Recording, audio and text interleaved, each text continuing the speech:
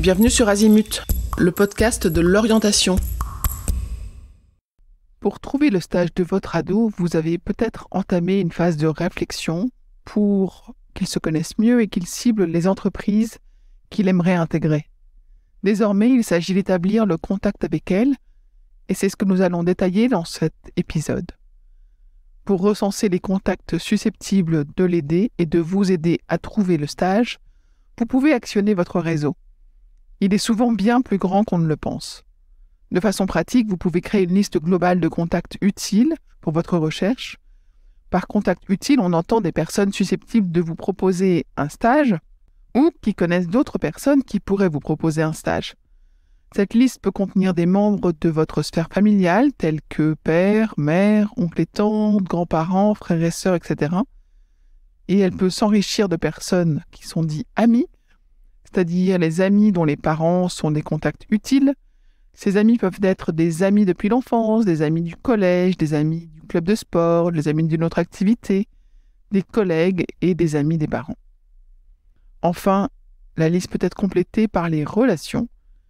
Là, il peut s'agir de voisins, de commerçants du quartier, de professeurs du club de sport ou de l'école de musique, de l'équipe administrative et enseignante du collège, etc. Pour chaque personne identifiée, l'idée est ensuite de réfléchir à l'approche la plus judicieuse pour établir le contact. Soit passer un appel téléphonique, soit provoquer une discussion lors d'une rencontre, soit envoyer un mail ou même envoyer sa candidature avec CV et lettre de motivation. Pour entrer en communication directement avec les organismes qui seront ciblés, il est également possible de récupérer le contact téléphonique ou le mail sur les sites internet. Sinon, vous pouvez aussi répondre directement aux offres de stage qui sont postées sur les sites, si celles-ci, bien sûr, sont pertinentes pour le profil de votre enfant. Voici également une liste de sites qui peuvent vous servir et nous mettrons les liens dans les notes de l'épisode. Vous pouvez vous rendre directement sur le site l'artisanatenligne.com pour obtenir les coordonnées des commerces qui vous intéressent. N'hésitez pas à consulter certains sites spécialisés pour les stages comme Job in Real Life, donc c'est jobirl.com. Les sites monstagede3e.fr et viensvoirmontaf.fr regroupent quant à eux des offres destinées aux élèves de 3e des établissements des réseaux d'éducation prioritaires.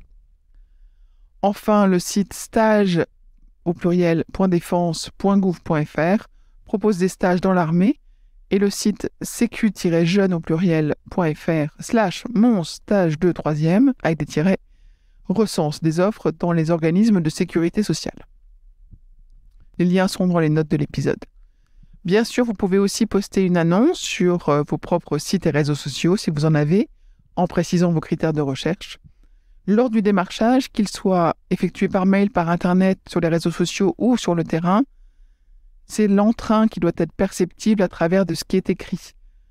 Il faut parler de soi, il faut valoriser ses points forts, ce que vous savez faire, tout en laissant paraître la motivation. C'est ce qui fera toujours la différence.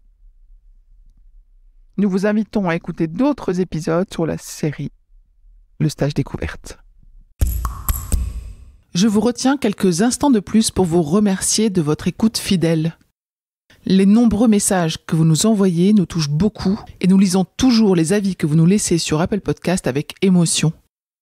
Si ce n'est pas encore fait, allez nous déposer 5 étoiles et rédigez votre commentaire sur Apple Podcast et sur Spotify. Vous pouvez également vous abonner pour avoir les épisodes dès leur sortie.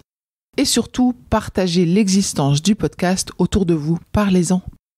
Pour bénéficier d'une lecture d'épisodes par thématique, nous vous recommandons d'aller sur notre site azimut-podcast.com. Vous verrez, tout y est très bien classé. Je vous souhaite une bonne journée ou une bonne soirée et à bientôt sur Azimut.